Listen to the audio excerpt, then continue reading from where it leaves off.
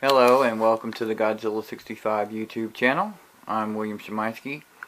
I was going to go over a few things that I use to make up some of the scenery and to make up some of my foam rocks. So, this is a product made by Woodland Scenics. It's called Clump Foliage. I use some of that, especially here.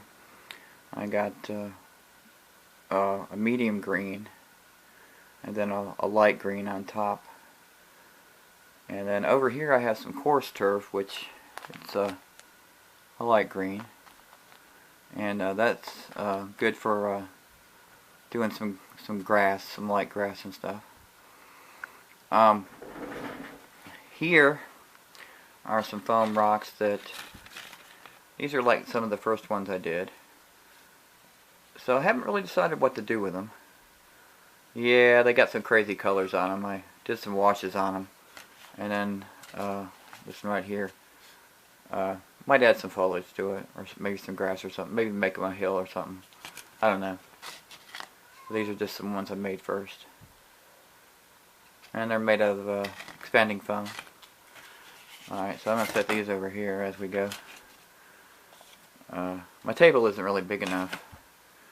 But here's something I'm working on here. This is actually was a piece of cloth, but I just sprinkled some sand on it and sprayed it with some Elmer's glue, watered down, and it made it, you know, pretty sturdy. That's going to probably be a base for something. I'm just experimenting with some different color sand to see what kind of colors and what kind of texture I can get. So anyway, that's an experiment. Alright, so over here, this is what I was talking about. These are pieces of expanding foam. I saved these because I can actually take a knife or a Dremel and carve these extra pieces into little rocks. Okay, now this is a piece of regular styrofoam.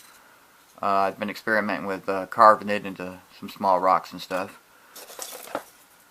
You could just use a craft knife or something like that.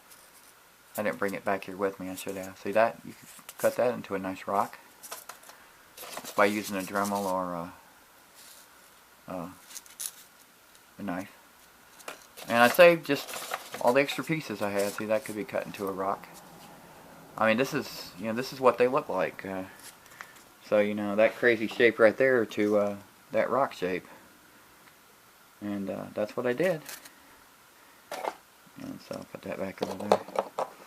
Alright, so also I was going to go over the next rock face I'm working on. This one I decided to do a little differently than all the others. I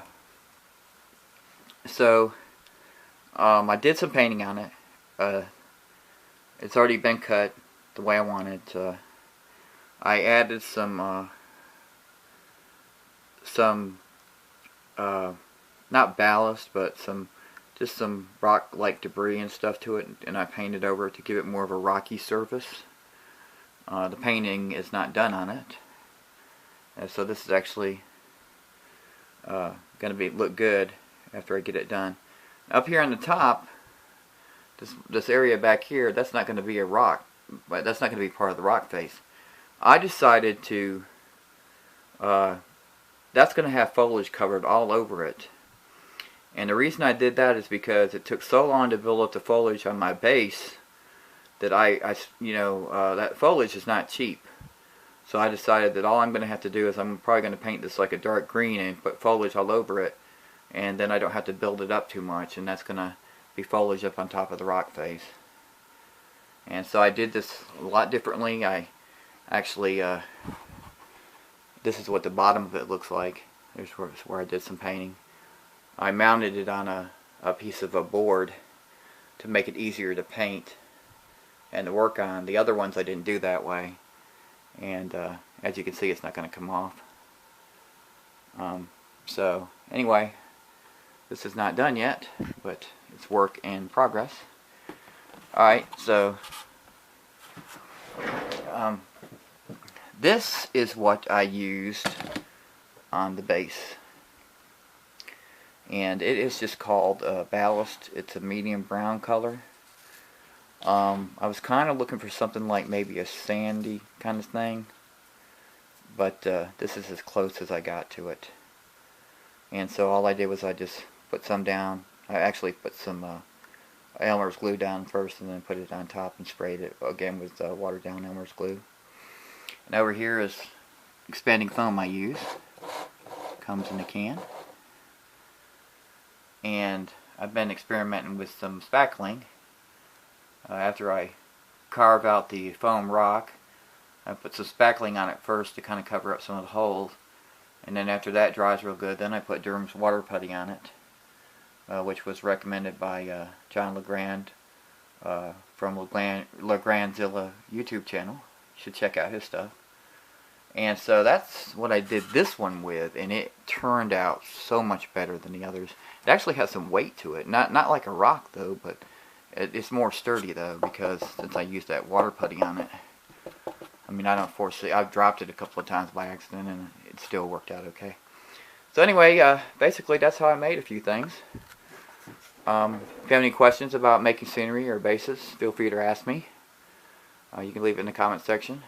And as always, take care and talk to you next time.